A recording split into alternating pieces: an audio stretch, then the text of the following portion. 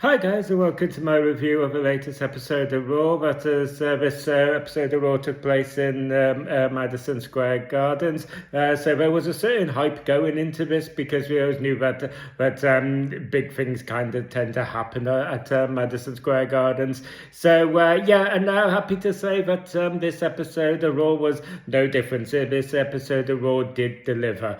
This episode basically opened up with Cody Rhodes coming out. He had essentially been quickly interrupted with by Stephanie McMahon coming out. So yeah, this was a good big surprise because Stephanie wasn't something that I initially kind of thought about being kind of like in this whole kind of like ecosystem a little bit.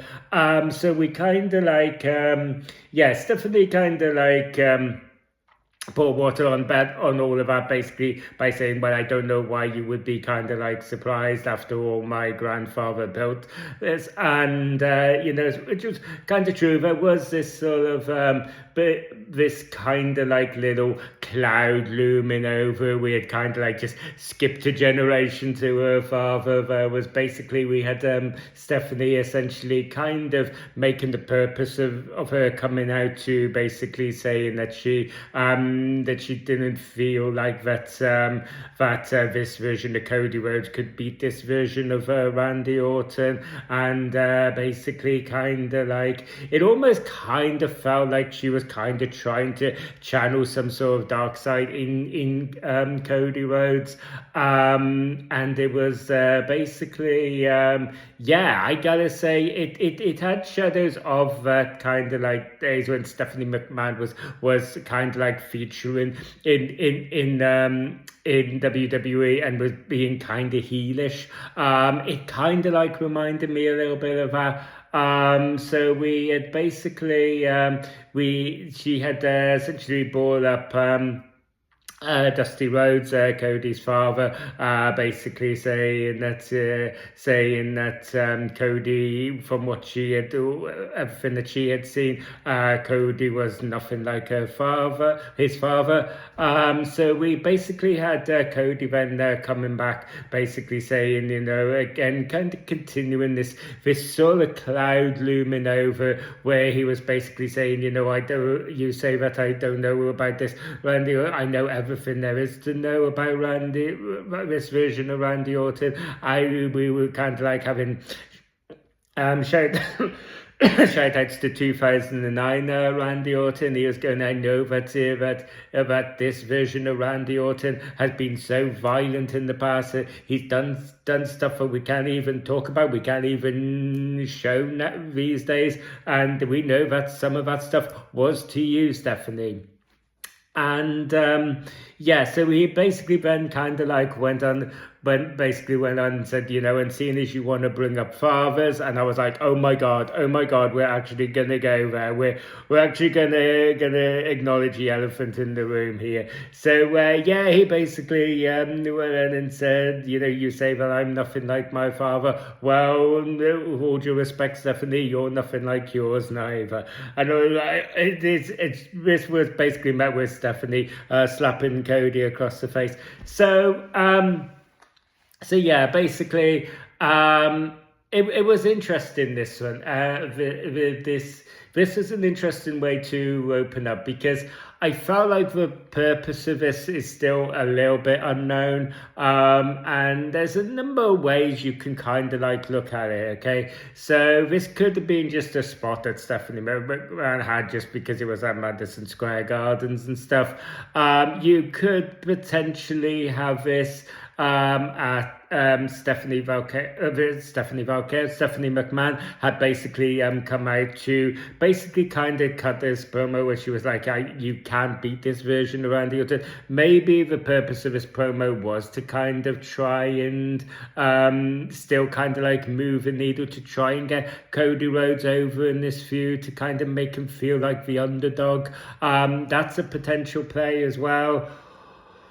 Or maybe Stephanie McMahon could actually be the person that Randy Orton is talking to as well. So that's another like distinct possibility as well, that she's kind of having this sort of like backstage puppeteer kind of whispering in Randy's ear, kind of like whispering in Cody's ear.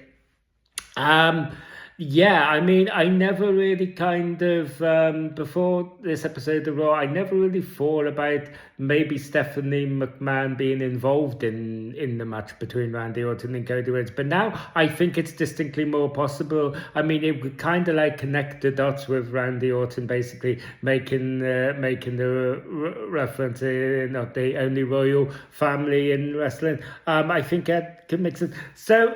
I mean, it's a distinct possibility. I don't know. So it's going to be interesting. It's going to be interesting to see how all of this kind of like transpires. Because, yeah, I think there's 2 or 3 kind of like interpretations you can make of this. So, yeah, I'll be interested to hear what you guys think about all of this in live down in the comment section.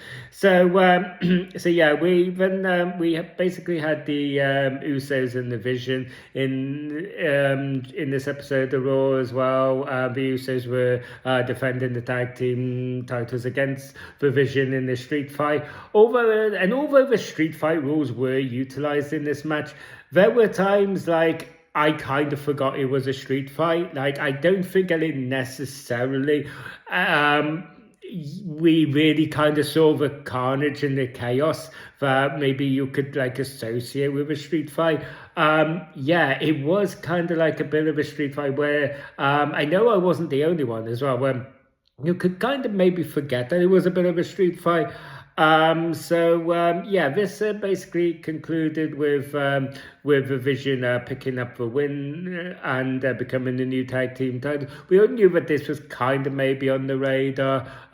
We all thought it would kind of make sense. We've been theorizing this for some time, in particular with like the sort of the arc that they're giving Jey Uso's character a little bit. This could maybe potentially trigger another domino effect, but in that character arc. But yeah, the way they essentially picked up a win here, the match had been preceded with a backstage segment between Speed and Danhausen and Adam Pearce.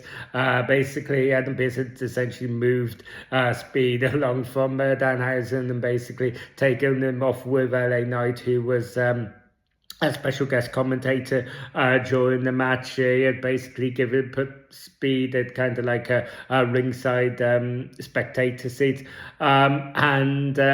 Basically what had essentially happened was Logan Paul had basically, after talking to his mum, had basically dragged Speed over over the barricade. He had basically, it had ended up being that Speed ended up picking up the brass knuckles. LA Knight turned him around. Speed hit him with the brass knuckles. It actually looked like he had actually made contact as well. It looked like, I'm not too sure, but it looked like he had actually like proper actually hit LA Knight with these brass knuckles as well. So I'm not too sure, but yeah, that's just kind of like how it looked. So yeah, he basically, but to Speed's credit, he absolutely sold this. I just thought it was wonderful how well he sold it. He generally looked absolutely mortified at that he had LA Knight, and he had basically kind of like tried to remove himself from inside the this obviously led into the Vision picking up the win and becoming the new tag team titles. So he absolutely looked absolutely mortified. We had basically had the Vision going out and kind of like celebrating with Speed, and this was then kind of like continued backstage, where we basically we had kind of like Revision trying to coax Speed into becoming like Revision. We had Paul Heyman basically saying, you're gonna go out, you're gonna have like a celebratory meal, and don't worry about it, Speed, and everything. Like these Austin Theory and Logan Paul will look after you. You don't have to worry about a single thing. And they're like, yeah, let's go out to dinner. And then Paul Heyman is like, oh my God, the Usos are gonna kill him. So yeah, we basically had. Adam Pearce was in this backstage segment. He had basically started to asking Paul Heyman if he had checked his emails. This is becoming a recurring thing and throughout the episode, which to the point where it got a little bit annoying, I gotta say. But yeah, so we also had a brawl between Liv Morgan and Stephanie Valkyrie here. This was basically interrupted with a return of Roxanne Perez, and then Liv Morgan and Roxanne Perez basically predictably beat down Stephanie Valkyrie here. So we possibly the most predictable part of the night was we then had the women's tag team match between Lash Legend and Nia Jax defending against Bayley and Lyra Valkyria. This was like a really solid match, but yeah, we kind of like no one of us, I don't think, were really surprised that the Bella Twins and Charlexa had basically ended up getting involved here, and yeah, it just ended up like continued with the tag team chaos. It ended up so it ended up getting confirmed later on in the episode that they eventually pulled the trigger on this, that we are going to get that fatal four-way at WrestleMania between Charlexa and the Bella Twins, Bayley and Lyra Valkyria, and the Natural Forces.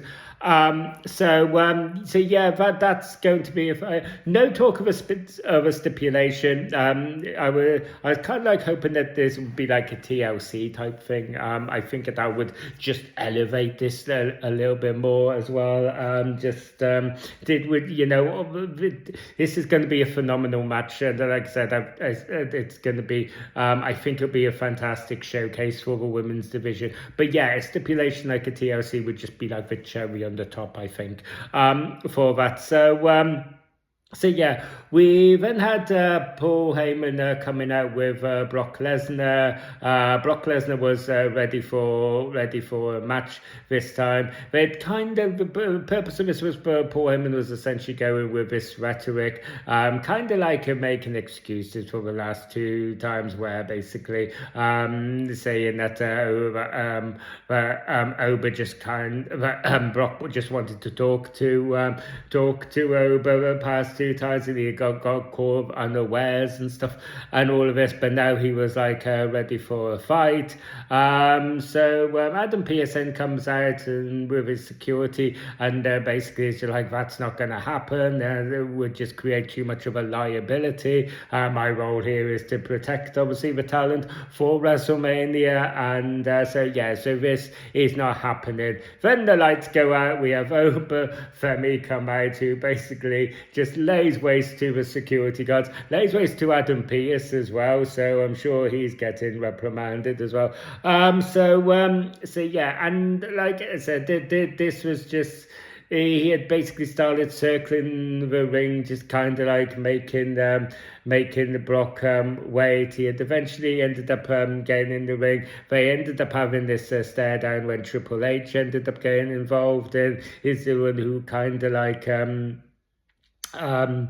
eventually caused this to kind of like disperse a little bit.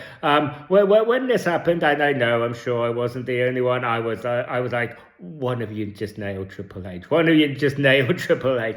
Like, I'm not the only one that was thinking it. I know I wasn't, right? So, but it didn't, right? So yeah, I mean, this says to me that they had basically executed this just to kind of protect Oba. I can't think of another reason why they would have conducted this segment the way they did. So, I mean, obviously, I'm not a fly on the wall in the creative room, but I'm kind of like just reading between the lines here and just urging him, where basically they were kind of going, well, we can't just have this copy and paste thing where Oba just comes out and squashes Brock again. We kind of need something different, but we need to protect Oba. I don't think that was necessarily be the case. I'd said before that I think Oba absolutely has to win at WrestleMania, just because I think that's a story that's being told here. This is why we've had Brock selling so well for Oba, because this is a real kind of passing of a torch type thing. So I think Oba absolutely needs to win at WrestleMania. However, to kind of a component of that is I don't think you can have Brock just getting squashed every week. I think you have to have at least one time where Brock actually gets the better of Oba. And I think that Madison Square Gardens was as good a place as any to do that. So the fact that they didn't pull the trigger, the fact they conducted like this, would suggest to me that they're not kind of going to necessarily do that. I don't think necessarily Brock is going to get his little moment in the sun kind of thing. I do feel that maybe they are just trying to protect Oba as much during this build sort of thing. So yeah, we also had it confirmed also that we're going to get Dominic Mysterio against Finn Balor at WrestleMania. We had Penta defending the Intercontinental title against Kofi Kingston. This was just a fire match, as you would expect. Just two really great in-ring performances. Do great in-ring abilities.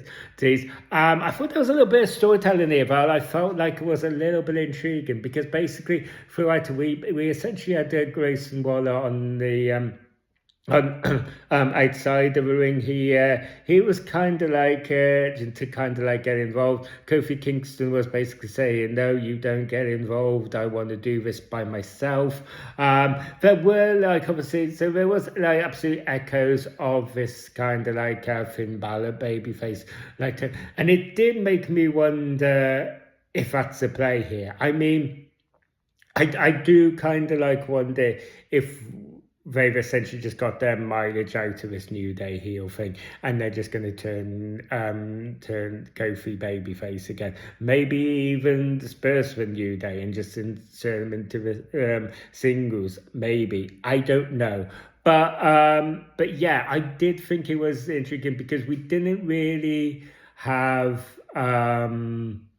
Kofi acting like a heel here. He was kind of trying to be kind of like a lot more honourable than you would expect a heel to be, So yeah, I thought that was intriguing. So it'll be interesting to see how all of that kind of like develops going forward. We then had Penta announcing that he was going to be in the ladder match at WrestleMania, defending the Intercontinental title.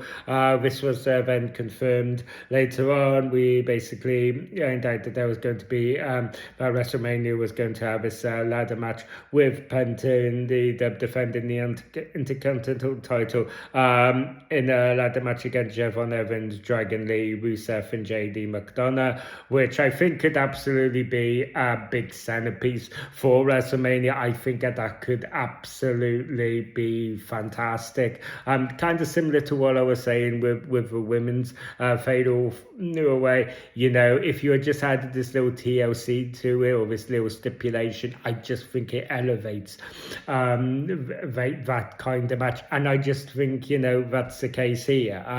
I do think that whatever night this falls down. I mean, I'm absolutely down for Randy Orton and Cody. I'm absolutely down for CM Punk and Roman. But they're going to be the two main events of each night, I guess. But I do think that this match could absolutely go toe-to-toe with that.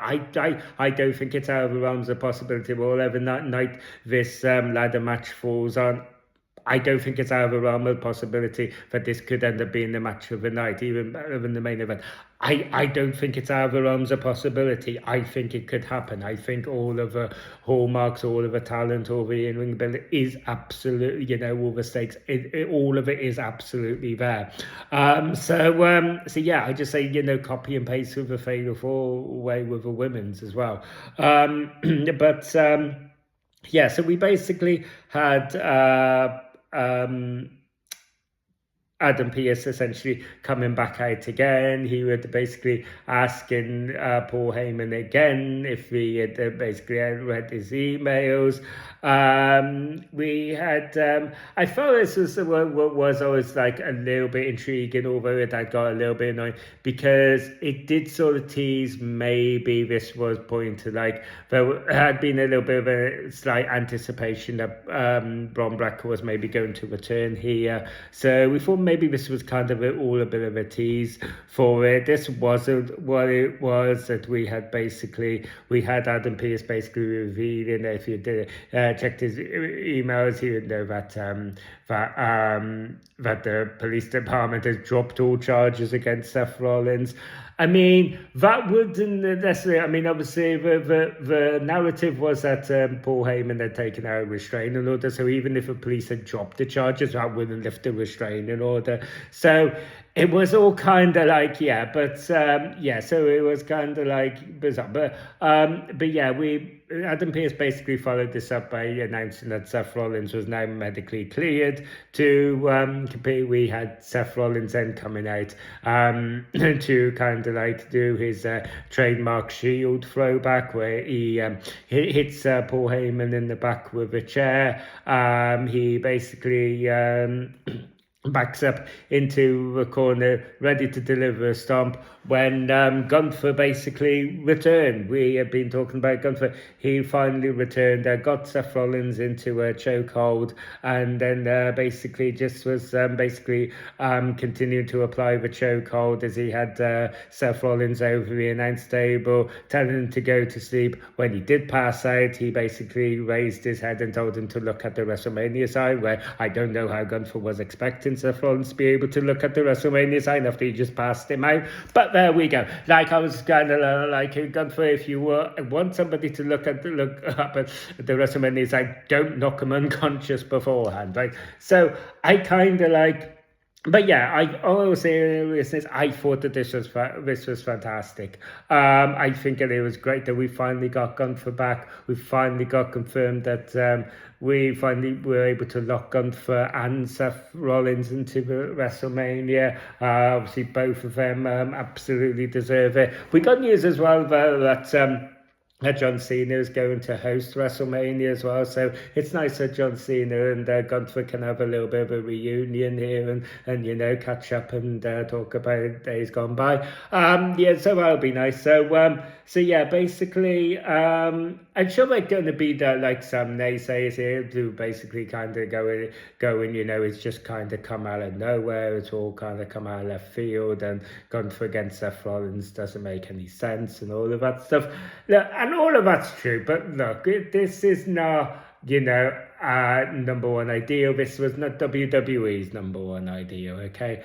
But, you need Gunther and it's Seth Rollins. It makes all the sense in the world to have those two talents at WrestleMania, and just the way that it's kind of turned out, you can't, in the short time you got, you can't lock them into a feud at WrestleMania. That would make sense, because all of the people you can put Seth Rollins against, the Vision,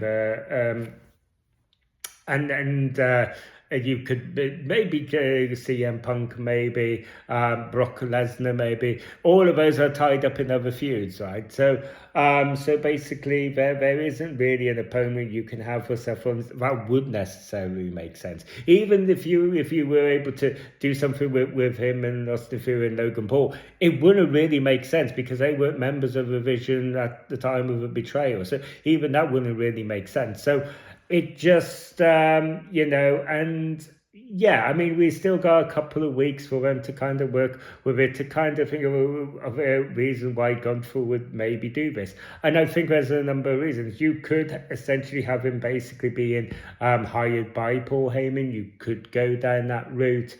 You don't necessarily even have to align Gunther with Paul Heyman. He could be just, his motivation could be just totally independent. He could, just totally come out here next week and basically just say, I just came out because, Seth Rollins had basically been medically cleared. I haven't got a match at WrestleMania. I tapped out John Cena. I retired AJ Styles. I should absolutely be at WrestleMania. So I took my opportunity and I grabbed it, right? And I was not about to go backstage and try and do it the proper way, but go through Adam PSB. I was going to go out and take what was rightfully mine. I think you could absolutely play that, right? And we'll have to see. We'll have to see next week about what they justification they give for Gunther. But you can make it work. Well, whatever you go through, they can make something work, right? To kind of justify it. Do you know what I mean? So yeah, I'm absolutely down for it. So we basically had the match between Io Sky against Raquel Rodriguez here as well. This was another fine match as well. Some really good back and forth here. We essentially had the Kabuki Warriors coming out. We essentially looked like Kairi Sane was basically coming out here out of concern for Io Sky, and Asuka was basically just chasing her to kind of like bring her back. We basically had Io Sky had basically caught sight of Oscar basically kind of like bullying Kairi Sane again. So she had come out and absolutely done this dive through the middle road to Oscar, which was just looked absolutely gnarly, to be honest with you. I got to say, like, when I saw this, I was like, are you okay? Like, Jesus Christ. It looked like, so we basically this allowed for a distraction for Raquel Rodriguez to get Io in the Hana bomb after Io was in the process of re-entering the ring and pick up a win here. But yeah, I like this, right? I like the fact that, because I think that Io against Oscar at WrestleMania, when they have this kind of like a little bit of a stipulation where it's almost like kind of like the custody of Kairi Sane, or the sole custody of Kairi Sane, as goofy as all of that is. Do you know what I mean? I think that's absolutely the play. I think that's the obvious choice here. I think that you do absolutely have Io Sky against Oscar, and you kind of use it to bring to a head this little thing between Kairi Sane and Oscar as well. And I think maybe you kind of just cool time on that. I think you could have Kairi Sane just ending up turning babyface again, turning an Oscar, reuniting Kairi Sane and I think that's what I personally want to see. So yeah, we then basically, predictably, as we've had the previous weeks now, we then ended the show with a face-off between Roman Reigns and CM Punk. This time there was going to be no talking. They just basically, essentially came straight out here and basically just started brawling. We basically had CM Punk basically getting his back, as it basically resulted. It ended up with CM Punk basically a power bomb to Roman Reigns through the announce table. He then just continued to beat Roman Reigns whilst also serenading him as well. So yeah, I mean, like I said, I think this worked. I don't think that this was one of the things was this was another thing they could have absolutely, but they hadn't really done with the build to this feud. So yeah, I thought it made all the sense in the world for them to just skip all the talking now and just kind of like let them brawl. I did think that kind of like made all the sense in the world. It still kind of like helped me maintain that sort of little bit of an equilibrium here, where I kind of still have no idea who's actually going to win this feud. So yeah, I liked it. So yeah, all in all, guys, I thought this was a really, really solid episode of Raw, I have to say. So yeah, absolutely giving it a thumbs up. Yeah, really good. There was a little bit. It did feel like there was a little bit of a rush maybe to this. Like we got like numerous matches confirmed for WrestleMania during this episode, so it feels like they're absolutely really putting a pedal to the metal here now with kind of like getting the WrestleMania match card finalized. So yeah, but yeah, I thought that, like I said, we went into this episode with some quite high expectations of it being at Madison Square Gardens, and yeah, like I said, I think this episode delivered. Obviously, yeah, of course, it's a shame, but we essentially ended up being a confirmation that we're not going to get Braun Breaker returning on the road to WrestleMania. Maybe we do get him returning at WrestleMania. We haven't given up hope on that yet. But yeah, of course, it was a disappointment. But that's just unfortunate circumstances. Okay, obviously that's totally out of WWE's hands. I don't think that there's obviously ever a good time to pick up an injury, but I do think there's a worse time to pick up an injury, and this is just what's kind of happened. So yeah, same thing obviously with plans for Gunther and Rey Mysterio as well. Rey Mysterio got injured so bad through his bad. So I think that WWE have done an amicable job of just kind of salvaging what they can, and getting everything back on track. So yeah, absolutely, I'm giving this episode of Raw a thumbs up. So yeah, thank you guys for taking the time to watch this video. If you enjoyed this video and want to see more, don't forget to ring a bell for notifications. Don't forget to like and subscribe. Please feel free to let me know down in the comment section about what your own thoughts on this episode of Raw was, and what your own little fan theories are going forward as we move on the road to WrestleMania. All of our fun geeky stuff, please let me know down in the comment section. And yeah, as always, if you enjoyed this video, please don't forget to ring a bell for notifications. Don't forget to like and subscribe. I'll be posting a lot more regular wrestling content over on this channel. Will be just Raw reviews and SmackDown reviews, but also looking to do NXT stuff, maybe some AEW stuff, as well as just other videos shorts, but I wasn't able to do on my previous channel. So yeah, if you are into your wrestling, if you're into your fitness, health and fitness, then absolutely please feel subscribe to this channel, because I'm absolutely confident that there's going to be content that you are going to really enjoy. So yeah, thank you guys again for taking the time to watch this video, and until next time, I will see you guys in the next video. You guys take care.